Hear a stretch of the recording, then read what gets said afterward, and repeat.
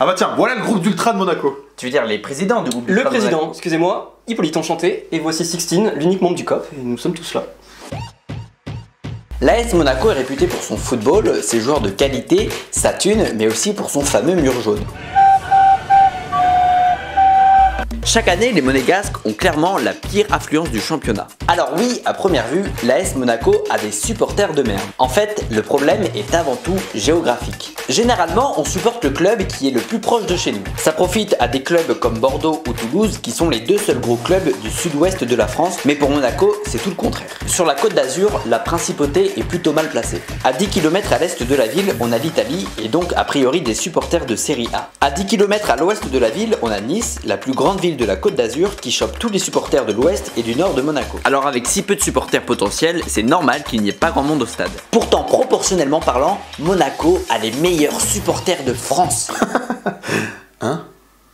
Si on compare l'affluence moyenne des clubs par rapport au nombre d'habitants dans l'aire urbaine, on peut voir le pourcentage de la population qui se déplace physiquement au stade. À Marseille par exemple, on a en moyenne 52 805 supporters par match pour 1 800 000 habitants, ce qui représente environ 3% de la population. Pour Monaco, on a en moyenne 6 642 supporters par match pour une aire urbaine d'à peine 70 000 habitants, soit presque 10% de la population, et c'est énorme. Même si Monaco a la pire affluence de Ligue 1, le club a donc proportionnellement les supporters les plus engagés du championnat. A titre de comparaison, si comme Monaco le PSG a tiré 10% de son aire urbaine, alors le Parc des Princes devrait étendre sa capacité à 1 250 000 places. Excusez-moi, c'est où la buvette? La buvette, c'est pas compliqué. Tu vas tout droit là-bas. Tu vas à gauche, tu vas à droite, après tu vas marcher à peu près 6 km, tu vas à gauche, à droite, à gauche, attention pas confondre. Et là tu trouveras la buvette à côté des chiottes. Pour un club, il y a les supporters qui sont proches géographiquement, ceux qu'on vient d'évoquer, et il y a ceux qui sont un petit peu partout en France. Moi je suis pour 3, et ma foi, j'habite à 7.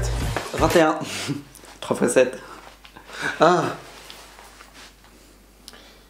Il y a beaucoup de chiffres dans tes vidéos quand même. Ouais. Et là, Monaco est très fort. Ils ont beaucoup de supporters éparpillés un petit peu partout en France, ce qui fait que le club est l'un des plus soutenus dans ses déplacements. Et oui, les supporters monégasques sont plutôt très bons à l'extérieur. D'ailleurs, ils font bien plus de bruit qu'à Louis II, et ce pour deux raisons. D'abord parce que les supporters font toujours plus de bruit à l'extérieur pour se faire entendre en infériorité numérique. Ensuite, c'est parce que les supporters monégasques éparpillés dans toute la France sont plutôt des supporters normaux issus de la classe populaire. Yes!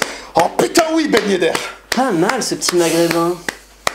Enfin, dernier point pour crédibiliser un peu la communauté monégasque, l'AS Monaco est le troisième club le plus suivi sur les réseaux sociaux. Finalement, même si à première vue les supporters de Monaco sont éclatés, il faut quand même savoir relativiser et arrêter de se moquer d'eux. Merci beaucoup de nous avoir défendus. Oh bah avec plaisir, hein. On avait dit 1 million, c'est ça? C'est ça exactement. Et je vous ai dit que je vous invitais sur le yacht de papa cet été. Ah super!